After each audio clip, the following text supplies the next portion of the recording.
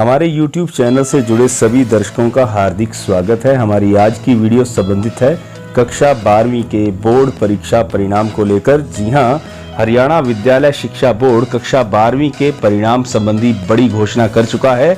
आगामी 25 जुलाई 2021 तक 12वीं कक्षा का रिजल्ट तैयार करके घोषित कर दिया जाएगा। यह जानकारी दी है आदरणीय बोर्ड चेयरमैन ने। तो किस प्रकार से ये बोर्ड परीक्षा का परिणाम तैयार होगा, क्योंकि 12वीं की परीक्षाएं नहीं हुई हैं, उसके लिए किस प्रकार के आधार को, किस प्रकार के मापदंड को अपनाया गया है, इसकी पूरी जानकारी आपको इस वीडियो के अंदर मिलने वाली है। तो इस वीडियो को अंत तक अवश्य देखिएगा। आगामी 25 जुलाई तक घोषित होगा 12वीं कक्षा का परिणाम और 6 जुलाई तक अपलोड करने होंगे 10वीं 11वीं के अंक। और फॉर्मूला क्या रहेगा उसके बारे में हम बात करते हैं। विद्यार्थी द्वारा जितने अंक कक्षा 10वीं में प्राप्त किए गए हैं उनका 30% और कक्षा 11वीं के 10% अंकों के साथ 12वीं के उसके इंटरनल असेसमेंट के 60% अंकों के साथ उसका परीक्षा परिणाम तैयार किया जाएगा। चलिए इसको समझते हैं एक उदाहरण के माध्यम से। मान लीजिए किसी विद्यार्थी के कक्षा 10वीं के अंदर अंग्रेजी विषय के अंदर 80 अंक उसने थ्योरी पेपर में प्राप्त किए थे, तो उस 80 अंकों का 30% बनता है 24 अंक। तो कक्षा 12वीं में उसके 24 अंक जो मिलेंगे वो उसको कक्षा 10वीं के प्रदर्शन के आधार पर मिलेंगे। मान लीजिए उसके 80 अंक ही कक्षा 11वीं में थे, तो उसका 10% बनता है 8 अंक। इसी आधार पर उसके 8 अंक जुड़ जाएंगे कक्षा 11वीं में से।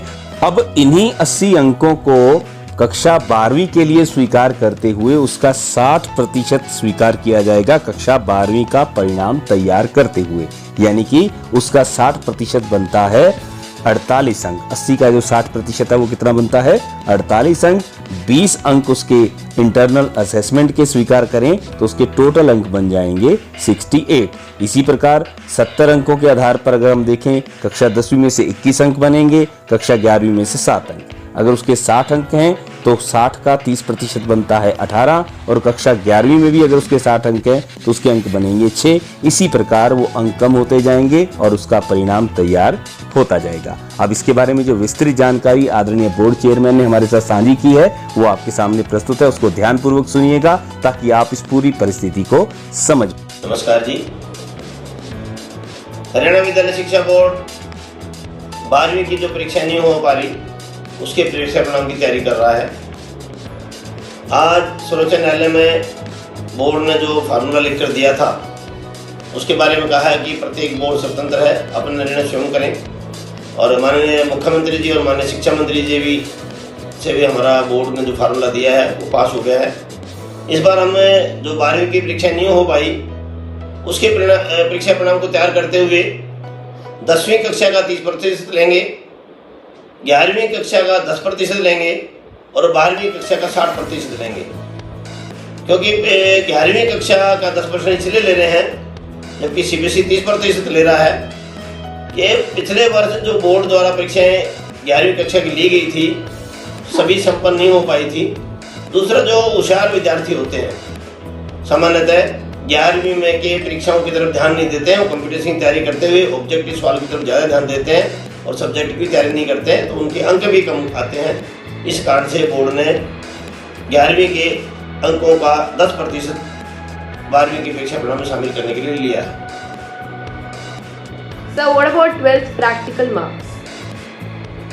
बोर्ड द्वारा जो आंतरिक मूल्यांकन के लिए और प्रैक्टिकल की जो परीक्षाएं ली गई थी उसमें सभी प्राइवेट विद्यालयों में, सरकारी विद्यालयों में, सभी में बोर्ड के द्वारा सरकारी अध्यापकों को ऑब्जर्वर लगाया गया था और ऑब्जर्वर की उपस्थिति में उस प्रैक्टिकल परीक्षाएं संपन्न हुई हैं। और प्रत्येक विद्यालय को 25-25 के ग्रुप में प्रैक्टिकल लेते हुए ऑब्जर्वर के साथ फोटो खींचते हुए बोर्ड की साइट पर अपलोड करनी थी, उनके द्वारा वो नोट की गई है। इसलिए बोर्ड को सब आंतरिक मूल्यांकन के और प्रैक्टिकल के अंक प्राप्त हो चुके हैं, उसमें किसी प्रकार की हेरफेर की कोई संभावना नहीं है। दूसरा, विद्यालयों से भी मेरा निवेदन है कि भी प्रत्येक विद्यालय तैयार रहे। सोमवार से यानी कि हम 28 तारीख से 6 तारीख तक सब विद्यालयों का लिए पोर्टल खोल रहे हैं, जिसमें उनको अपने 10वीं के और 11वीं के मार्क्स अपलोड करने होंगे प्रत्येक विद्यार्थी के, जिससे समय पर रिजल्ट दिया जा सके। इस पिछले विद्यालयों से पुनः मेरा निवेदन है कि अपने तैयारी पहले करके रखें। सोमवार से लेकर सोमवार तक 8 दिन का समय दिया गया है प्रत्येक विद्यालय को, और हमारा प्रयास रहेगा 25 जुलाई तक परीक्षा परिणाम घोषित कर दिया जाए।